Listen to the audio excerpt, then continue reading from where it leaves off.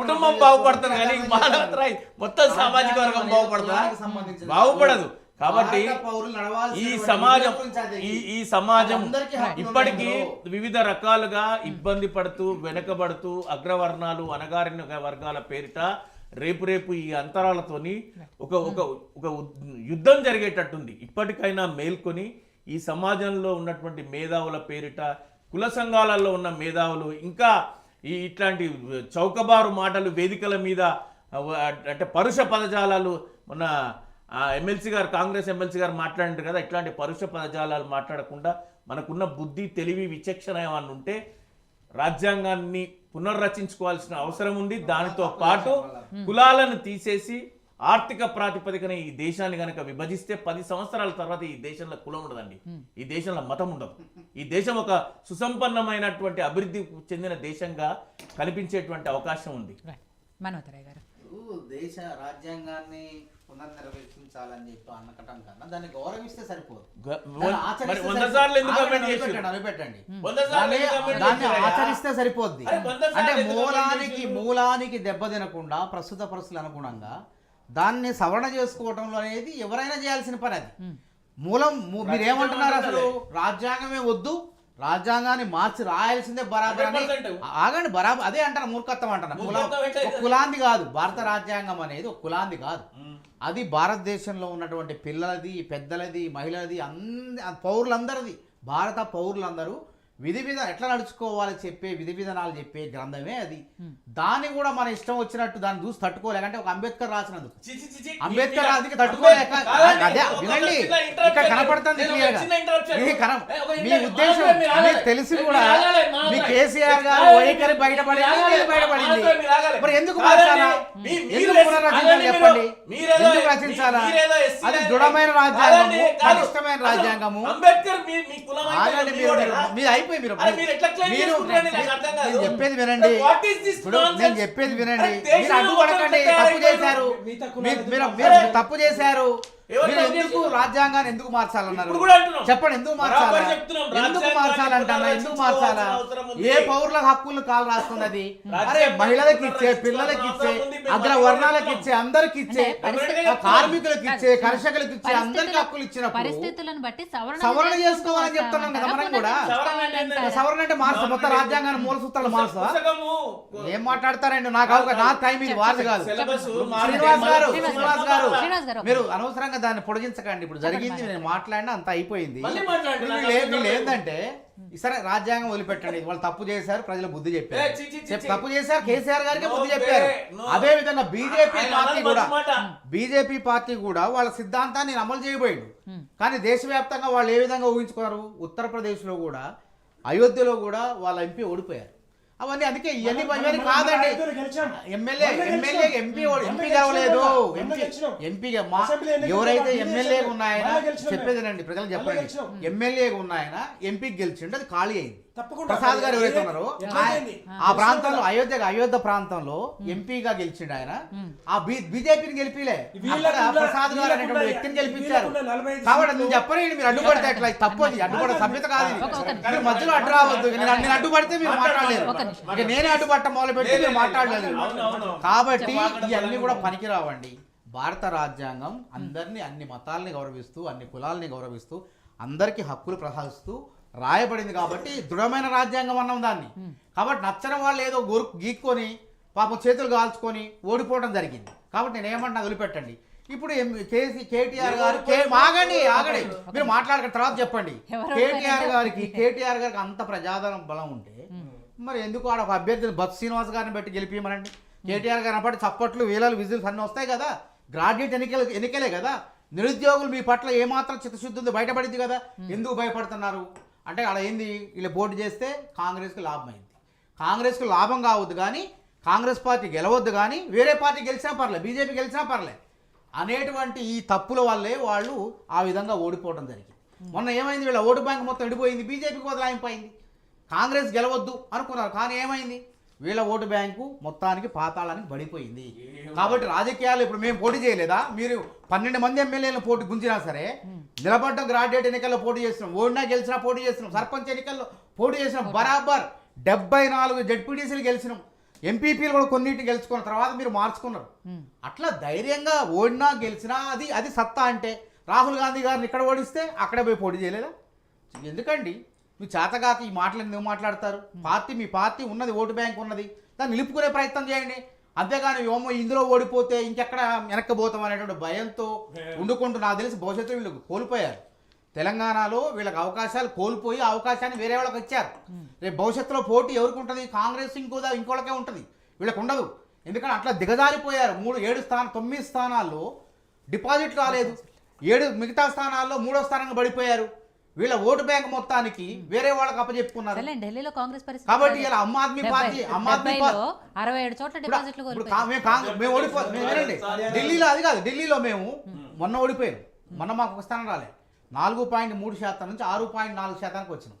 మేము పోటీ చేయకుండా ఉండొచ్చు కదా. ఈ బీజేపీ ఆమ్ ఆద్మీ పార్టీ మధ్యనే పోటీ, మేము ఎందుకు పోటీ చేయకుండా ఉందాం అని అనుకోవచ్చు కదా. ఎందుకు పోటీ చేస్తాం? అది నిర్ణయం. దమ్మంటే అట్లా ఉండాలా. గెలిచినా ఓడినా కాంగ్రెస్ పార్టీ పోటీ చేసింది. అట్లా మీరు ఎందుకు భయపడ్డారు? చెప్పుకోవడానికి గొప్పలు చెప్పుకుంటారు ఇక్కడ ప్రజల ముందు.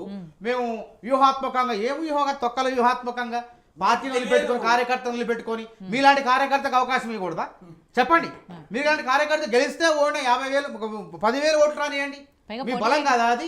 కాబట్టి దయచేసి ఈ విధంగా సమర్థించుకోకండి. వ్యూహాత్మకాలు, ఎత్తుగడలు, ఇవన్నీ సుత్తి మాటలు మాట్లాడకండి డిబేట్లలో. మేము చేయలేకపోతున్నాం, మా చేత కాలేదు, మా అసహనం అని చెప్పండి, అంతే. ప్రజలందరూ ఒప్పుకుంటారు. ఎందుకు దాని మేకపోతు గంభీరత ప్రదర్శిస్తారు మీరు? ఇంకా ఎందుకు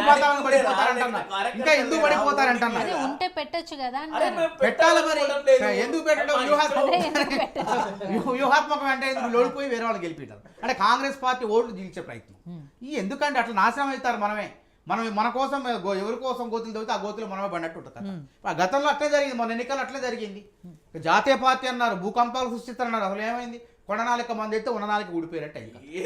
కాబట్టి భ్రమల్లో బతకండి. దయచేసి వాస్తవంగా జీవించండి. ప్రజలను అడగండి, ప్రజల దగ్గర కొట్లాడండి. మేము 12 మంది ఎమ్మెల్యేలు తీసుకున్నా సరే రేవంత్ రెడ్డి గారు ఆధ్వర్యంలో యుద్ధం చేశారు, పోరాటాలు చేశారు, కోర్టులు జైళ్ళు పంపించినా సరే పోరాటం చేసి ప్రజలు గెలిపించారు. ఆడ కులాన్ని చూసో, లేకుంటే మతాన్ని చూసో, మందిరాన్ని చూసో, లేదంటే చర్చిని చూసో ఓట్లేలు. అక్కడ విధానాలపైన పోరాటం చేసిన వ్యక్తుల్ని, కాంగ్రెస్ పార్టీని చూసి ఓట్లేశారు అక్కడ. ఇప్పుడు ఎవరు నిర్ణయం తీసుకుంటారండి? ఇప్పుడు కాంగ్రెస్ పార్టీ ఎన్నికల్లో గెలిచిన తర్వాత ఏం చేశారు? ఎవరు సమర్థత అయింది, ఎవరు కొట్లాడారు, ఎవరికి ఇస్తే అవకాశాలు ఉంటాయని చెప్పి అట్లా కర్ణాటకలో సిద్ధరామయ్య చేశారు, ఇక్కడ రేవంత్ రెడ్డి గారు చేశారు. చాలామంది పోటీ పడవచ్చు, చాలామంది ముఖ్యమంత్రులు ఉన్నారు, అందరూ కష్టపడరు. కానీ ఇందులో ఏందని చెప్పి హైకమాండ్ నిర్ణయిస్తుంది. ఇప్పుడు బీజేపీ కూడా బీసీకి ఇస్తామని ఏమన్నా ఢిల్లీలో చెప్పిందా? ఎస్సీకి ఇస్తామని చెప్పిర్రా ఢిల్లీలో చెప్పారు. మరి ఎవరికి ఇస్తారా? ఉత్తరప్రదేశ్లో ఎవరికి ఇస్తారని చెప్పారు. జాతీయ పార్టీలో చెప్పడం ఉండదు. ఒకవేళ చెప్పినా ఒక్కోసారి పరిస్థితులను బట్టి తారుమారు కూడా కావచ్చు. వీళ్ళు కనుక దళిత ముఖ్యమంత్రి అని ఎన్నికల్లో అప్పుడు మాట్లాడి దళిత ముఖ్యమంత్రి అని చెప్పి కేసీఆర్ గారు ముఖ్యమంత్రి అయినట్టు దళితులను అవమానపరిచినట్టు కాదు. కనీసం ఉప ముఖ్యమంత్రిని కూడా ఉంచలేదండి. రాజయ్య పంచగట్టుకుంటే తెల్లగా పుల్లగా పంచగట్టుకుంటే ఓరవలేదు ఆయన. డాక్టర్ రాజయ్యని, గన్పూర్ నియోజకవర్గానికి చెందిన రాజయ్యని అసలు అదే ముఖ్యమంత్రి దేవుడు ఎరుగు, డిప్యూటీ ముఖ్యమంత్రి ఉప ముఖ్యమంత్రిని బీకేశారు. ఇది వీళ్ళ పరిపాలన. కాబట్టి ప్రజలు నమ్మలేదు. కాబట్టి ప్రజలకు ఏం కావాలా? ఆ కులం కూడా ఈ కులం కాదు, పేద ప్రజలు ఎవరున్నారో వాళ్ళ కడుపులు ఎవరు నింపుతున్నారు, వాళ్ళు దారిద్ర్య రేఖ దిగున ఉన్న వాళ్ళని ఎవరు సంక్షేమ ఫలాలు అందిస్తున్నారు, ఎవరు ఇల్లు కడుతున్నారు. ఇన్ని మాటలు చెప్పారు. డబుల్ బెడ్రూమ్ ఇల్లు కడతా 2,60,000 ఇల్లు కడతానన్నారు వీళ్ళు చెప్పింది. ఎడగట్టారు. ఆడ పూర్తయిన మా దగ్గర లెక్క కదా. మేమే 150 కోట్లు ఇచ్చినాం. దాదాపు 60,000 ఇళ్ళు పూర్తయినాయి. 60,000 ఇళ్ళు బేస్మెంట్లు పునాదులు ఉన్నాయి. ఆ 60,000 పూర్తి అయితే ఆగిపోతాయి కదా. మేమే 150 కోట్లు ఇచ్చి దాన్ని పూర్తి చేయండి అని చెప్పారు. కాబట్టి మేము గతంలో ఉదాహరణ 20 లక్షల ఇందిరమ్మ ఇళ్ళు కట్టున్నాయి ఏ గ్రామం. అందుకని రేవంత్ రెడ్డి గారు ఇందిరమ్మ ఇళ్ళు ఉన్న దగ్గర మీరు ఓట్లు అడగొద్దు, డబుల్ బెడ్రూమ్లు ఉన్న దగ్గర మేము ఓట్లు అడగమని. కాబట్టి ఇప్పుడు కూడా 5 ఏళ్లలో 20 లక్షల ఇల్లు కట్టబోతున్నాం. 49 లక్షల మందికి మేము గృహజ్యోతి పథకం కింద ఉచిత విద్యుత్ ఇస్తాం. 200 యూనిట్ల ఉచిత విద్యుత్ ఇస్తున్నాం. 45 లక్షల మందికి 500 రూపాయలకి సిలిండర్ ఇస్తున్నాం. బంజారా హిల్స్లో, జూబ్లీ హిల్స్లో బడాబాబులు రావండి. వాళ్ళ హయాంలో వచ్చినాయి. పెట్రోల్ బంకులకు, తర్వాత రియల్ ఎస్టేట్కు, రాళ్లకు, రప్పలకు, రైతు రుణమాఫీలో వచ్చి రైతు బంద్ వచ్చింది. కానీ మేము అట్లా కాదు. 17 లక్షల మంది ఖాతాలో ఎకరంలోపు వేసినాం. మరికొద్ది రోజుల్లో మిగతా వాళ్ళకు కూడా వేయబోతున్నాం. అందుకే రాళ్ళు రప్పలు కాదు, నిజమైనటువంటి రైతుకు, అన్నదాతకు, వ్యవసాయం చేసే వాళ్ళకే సంక్షేమ పథకాలు అందాలి. కానీ ఈ విధంగా మల్లారెడ్డి లాంటి కుబేరుడికి అట్లాగే ఓడిపోయింది. మల్లారెడ్డికి అవసరం అండి రైతు బంధు? ఆయనకి 100 ఎకరాలు ఉంటే ఆయనకు 2 కోట్లు 3 కోట్లు 4 కోట్లు రైతు బంధు వచ్చేది. మేము అప్పుడు కూడా ఇదే డిబేట్లో శ్రీనివాస్ గారితో కూడా ఎన్నోసార్లు మాట్లాడి మేము అట్లా చేయమన్నాం. అట్లా వృధా చేయం ప్రజాధనాన్ని. ఎవరైతే ఆకలితో ఉన్నారో వాళ్ళకి అన్నం పెడతామన్నాం. ఒకవేళ ఈ 25 లక్షల మంది ఖాతాల్లో 2 లక్షలు రుణమాఫీ చేసినాం, వాళ్ళు ₹1,00,000 రుణమాఫీ అని చెప్పేసి వాళ్ళు 11,000 కోట్లని 21 లక్షలు కూడా వేయలేకపోయారు వాళ్ళు. అది కూడా మిత్తికే సరిపోయింది, అసలు అట్లే మిగిలిపోయింది, రైతులకు ఏం లాభం జరగలే. కానీ ఇక్కడ ఏంటంటే మీరు ఆలోచించండి, మీరు చేస్తారని చేయలేకపోయారు, మేము చేస్తాయని కూడా చేసుకుంటూ పోతున్నాం. 6 గ్యారెంటీలు ఇప్పటి వరకు అన్నీ కూడా అమలు చేస్తాను. ఏదైనా ఒకటి ₹2,500 మహిళలకు, అది కూడా సర్పంచ్ ఎన్నికల లోపు చేస్తాం. అదేవిధంగా ఆసరా పెన్షన్లు కూడా పెంచుతాం, అది కూడా పెంచుతాం. సర్పంచ్ ఎన్నికలు వస్తున్నాయి కాబట్టి ఎన్నికల గురించి మేము వీళ్ళలాగా దళిత బంధు ఎన్నికల్లో మందులాగా దళిత బంధు హుజూరాబాద్ లో ప్రవేశపెట్టాం. అది అన్నాం, ఈ దళిత బంధు కాదు ఎన్నికల మందు అని నేనే వాదించిన ప్రతి డిబేట్లో. ఇది హుజూరాబాద్ లో గెలిచేందుకు, అక్కడ ఓట్లు పొందేందుకు వేసే మందే ఈ దళిత బంధు అని. అట్లే అయింది, ఎక్కడైనా ఉపయోగమైందా? కానీ 20 లక్షలలో కాంగ్రెస్ బీఆర్ఎస్ వాళ్ళు ఉన్నారు, తెలుగుదేశం ఉన్నారు, బీజేపీ ఉన్నారు. రేపు కట్టే పార్టీల పరంగా మేము చూడమండి, అక్కడ పేదవాడు ఏ పార్టీలో ఉన్నా సంక్షేమ పథకాలు ముఖ్యమంత్రి రేవంత్ రెడ్డి అందిస్తాడు, కాంగ్రెస్ ప్రభుత్వం అందిస్తుంది. అది మా యొక్క నిబద్ధత, అందుకే అధికారంలోకి వస్తున్నాం మేము. కాబట్టి అర్థం చేసుకోండి దయచేసి. పశుపతి గారు, ఇక్కడ ఒకవేళ 42% రిజర్వేషన్ అనేది సాధ్యం కాకపోతే, అంటే లీగల్గా ఏదైనా సమస్య వస్తే పార్టీ పరంగా న్యాయం చేస్తాము అని ముఖ్యమంత్రి రేవంత్ రెడ్డి గారు చెప్తున్నారు. అంటే ఏంటి, వాళ్ళకి ఇది అవుతుంది అన్న నమ్మకం లేదా?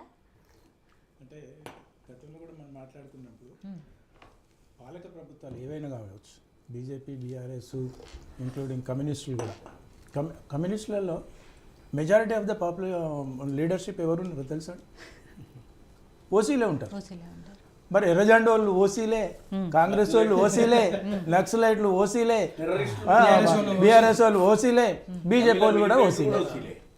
ఒకవేళ ఇప్పుడు సోదరుడు అంటున్నాడు వెంకటరెడ్డి గారు, ఏమంటున్నారు, మేము బీసీ ముఖ్యమంత్రి చేస్తామని అన్నారు. అంటే నిజంగా బీసీ ముఖ్యమంత్రి అంటే ఒక సామాజిక వర్గానికి ముఖ్యమంత్రి కనుక చేస్తే, ఈ రాష్ట్రంలో తెలంగాణ రాష్ట్రంలో ఉమ్మడి ఆంధ్రప్రదేశ్లో ఓసీ సామాజిక వర్గం ఒక్కడు కూడా పేదోడు ఉండొద్దు. మరి 70 సంవత్సరాల సుదీర్ఘ చరిత్రలో ఓసీ ముఖ్యమంత్రులు కదా. మరి ఈ రాష్ట్రంలో ఈడబ్ల్యూఎస్ రిజర్వేషన్ కోసం మేము ఎందుకు పోరాడాల్సి వచ్చింది, ఎందుకు ఆత్మహత్యలు చేసుకోవాల్సి వచ్చింది, ఎందుకు ఇంప్లిమెంట్ చేయలేదని మేము ధర్నాలు చేయాల్సి వచ్చింది? అంటే వాళ్ళ కోసమే చూస్తారు. గద్దెక్కేంత వరకు ఒక తీరు, గద్దెక్కిన తర్వాత ఒక తీరు. ముఖ్యమంత్రి రేవంత్ రెడ్డి గారు ఉన్నారు అనుకో, ఎక్కడ పోయినా చెయ్యి ఇచ్చిండు, ఎక్కడ పోయినా ఫోటోలు దిగిండు. ఇప్పుడు దిగమని రేవంత్ రెడ్డి గారిని ఎక్కడన్నా. అదేవిధంగా కేటీఆర్ గారు అంతకుముందు ఆయన సూపర్ డూపర్ సీఎం, అప్పుడు సూపర్ డూపర్ సీఎం, ఆయన దగ్గర పోతే ఐఏఎస్ ఆఫీసర్ చేతులు కట్టుకోవాలి, ఎమ్మెల్యేనే ఫోటో దిగాలంటే ఏమంటాడో అనుకుంటారు. ఇలా అద్దా అని ఆయన ఫోటో దిగుతాడు. అంటే ప్రజలు కూడా చాలా క్షుణ్ణంగా